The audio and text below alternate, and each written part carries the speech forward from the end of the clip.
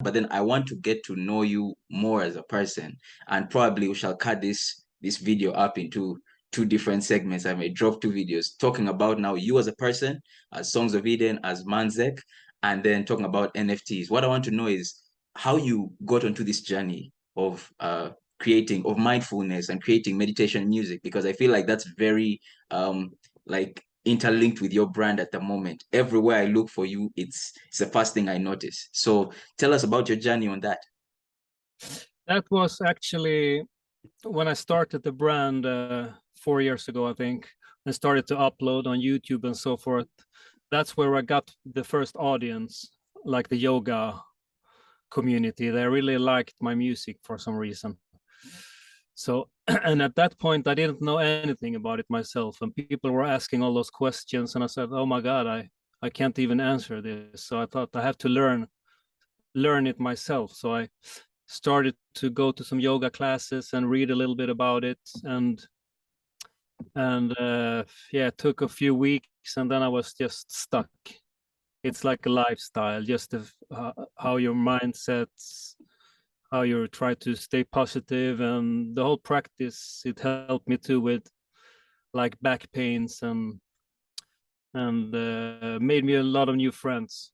And especially the first weeks or months, like Instagram was the platform that was really happening back then, and you met a lot of really nice people there. So, and a very friendly community and space compared to, you know, all the other Facebook and whatever, where people are just talking crap about each other. That's what I felt sometimes, that I got tired of. Like, just you want to make yourself look smarter and better and say that everybody else is stupid. That's kind of the thing I felt about, like the trolling and all those things, which doesn't exist at all in the yoga community. So I got kind of stuck there, and I still practice yoga daily and try to, it's become a part of my life, a big part of my life. Okay. Because I know, for example, I really feel like music is a spiritual thing, right? And you combining with like meditation, I feel like that's a match made in heaven, right? So what I would like to know is like your take on how you manage your mental health, because one of the main things, for example, with meditation is it helps with mental health. It helps with things like depression and all that. Being an artist, there are roadblocks you hit in your life. There are times when you're not sure, right, about what you're doing, whether you're making the right choice and all that. Maybe you could speak to people in our community who are at that stage. Maybe they feel they're not growing. Maybe they feel things are not going as they feel they should be. And how they can cope with that. For example, with what you took up, this meditation, this yoga. Let us know what your thought process is on that. I think two things that I try to think is, one thing is just to think of it in a bigger perspective. Like if nothing is going my way, let's say, as you said, like I don't get any NFT sales, you have to take a step out of yourself and think that there are 2 billion people that don't have fresh water on this planet. Who am I? Who am I to complain that I don't get an NFT sale? I mean, it's ridiculous. So that's what I try to do. It's to just think of it in a bigger perspective. Look in a lot of your fellow countries and look at Ukraine, look at Iran. I mean, who are we to complain about an NFT sale? Excuse me. Just had a COVID, so I'm just recovering here. Oh, yeah, you And mentioned that on the space. Are yeah, you yeah, are you you have are to, you much better now? yeah, I'm okay. You have to Mm. whine a little bit. Me too. No worries. You're good. And then the second thing, I think it's not a human right to be a musician or to be a record producer or to be anything, basically. That's what people, I read a lot of people saying, like, people don't understand my art, they don't do this. But yeah, but it's not a human right to be making music. Mm. So you can do without it. It's all right. Yeah, yeah. I mean, I'm lucky to have been able to do it, to have it as a living for my whole career. But I think one big factor is always change, always follow what works. Like I've been producing records for Germany, Spain. If I decided today that I'm gonna be a songwriter for Germany, yeah, I can be number one 5 times tomorrow, but it won't pay my bills. That's how the music works. So Business works, yeah. yeah, that's how business works. So you always have to change path. You can have what they call a roadmap, but it's more important to change it, to adjust along the way. So that's what I try to think. Like when the pandemic hit, a lot of musicians friends was super pissed. Yeah, I don't have any money, I don't have any work. Yeah, but the honest truth that it's no human right to be a musician. Sorry to say it, but that's just a fact. So that's an interesting perspective. It's a powerful one because it kind of gets in the way of entitlement as well. Because as artists, you can feel entitled to, I put all my time into this, I put all my effort. I feel like I should get something back for it. So I feel like that's a check. It checks most of us like you don't, Yeah, this is not a necessity. This is like I read a book somewhere that was like music and art is like jewelry for the brain. yeah. People can do without it. Has no tangible impact in the real world, but it also does. It's one of those things. Yeah, and it's been around a long. Like my daughter is just learning about ancient, the Arab world and Rome back in whenever it was like the Caesar, and they had theaters and music. So it's a big thing for people, and it makes people unite, as we know. But with that said, it's not like a human right to. It's yeah. It's like what you often heard to like people aren't.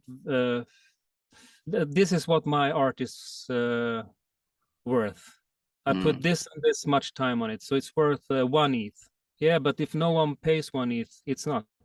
Sorry to say it. And I think the time aspect is really, it's nothing that interests me. Like when I heard your song, I really loved it, but I didn't think, okay, how many hours did it take to make it? Doesn't matter. Like no one asked Picasso, how long did it take you to draw this painting? You know what I mean? Or how long did it take Mozart to write this symphony? Yeah. Why is that such a big factor? And I see it all the time and time again in the NFT space. Like this took me 50 hours. This took me 4 weeks. Yeah, but this doesn't really matter, to be honest. I Yeah. think. I keep having this conversation with my producer because he's the kind of person who's like, you do what it takes to work, right? It's like if I need a Yeah, beat produced, I'm not going to look for the most complicated way to do it. You want the easiest way to do it, right? Because no one really cares about how many hours you put into it. It's like, oh, this is an amazing project. Cool. yeah, I'll move on to the next song, right? yeah. Yeah. You like it or you don't, basically. Thank you. Thank you. So you've also mentioned family. Um, you've been married a long time? Yeah, a long time, like 20 years. Long time. I'm married quite young. Mm, I've been married more the majority of my life, basically. More than I've been unmarried. uh, Let's put it this way. okay. And then you've been making music because you've been making music also for a majority of your adult life, right? Like you've been professionally making music. Yeah, except for like half a year when I moved to Stockholm. Mm, I was living in the south of Sweden. Then I moved to Stockholm, and then the first 6 months or something before I knew anyone, I worked at some other places just mm. before I got to learn some musicians and producers. Then I worked in this clothing store. Trying to pay the bills. Yeah.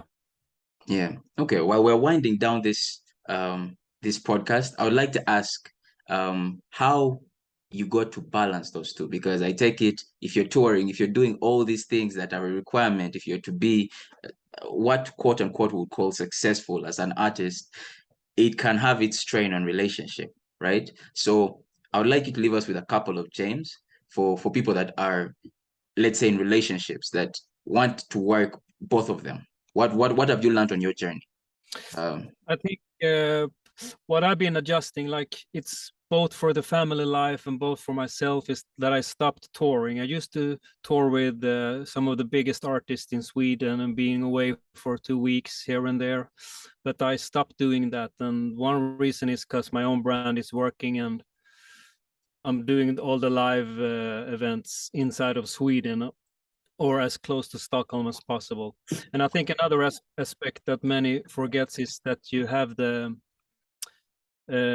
another kind of time that is valuable that other people who work like 9 to 5 job doesn't have. Like when my kids were small, I could take them out on a Tuesday to, because I wasn't working that day, then I could do something with them, which someone who has a 9 to 5 job can't do. So I think it's pros and cons, but of course you have to find a wife or husband that's or willing to live with a musician. But on the other hand, there are tons of other, let's say you work on as a stewardess on an airplane, that's not a 9 to 5 job, or as a doctor at the hospital in the nighttime, that's not a 9 to 5 job. So there's sometimes I can feel that musicians are easily blamed for being always away and this and that, but if you look at it, a lot of works in the world aren't really 9 to 5. Mm, I mean, a society wouldn't work if no, I'm gonna work 9 to 5 and never again. Okay, if I want to mm, buy a piece of bread at 6, what do? No, I come back tomorrow at 9. There's all kinds of jobs to mm. keep the planet and the economy moving. Yeah, that's true. That's true. Okay. I'm glad to have hosted you, man. You've really taught me a lot on this podcast, mostly to do with the NFT space, but also seeing your mindset as an artist. I feel like personally, like I mentioned earlier, I'm in a space where I'm trying to figure out the business thing. And sometimes I can forget that this is something I started purely out of passion. It's like I just wanted to create. I just wanted to be um expressive like that. And being this kind of person, for example, the reason this podcast was started was so that I can help an artist who was where I was at the start. I didn't know this was a business, right? For me, I was like, I'm just going to make music, I'd put it out there, and maybe I'll make some sort of money later. I wasn't even thinking about money. That's not something that crossed my mind the first 2 3 years. I've been doing music for 5 years.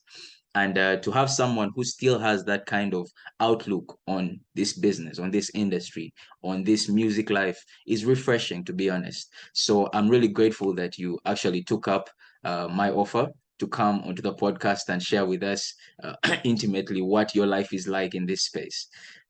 What maybe I would like to urge you to do is let people know where they can find you on social media if they want to connect with you. Yeah, and I want to say thank you back. And I'm a fan of yours. Otherwise, I wouldn't have been here if you wouldn't have made that good song on Feel My Flow. No, but I mean, we're all here to help each other. So Mm, so whatever we can do, it's just good. Where can I find me? I think Songs of Eden Music .com. Is that how you say it? yes. I think there are all links if you want to connect on everywhere. I think I've been hanging mostly on Twitter lately, but I'm still on Instagram and Facebook and all those places too. If you're more into those platforms.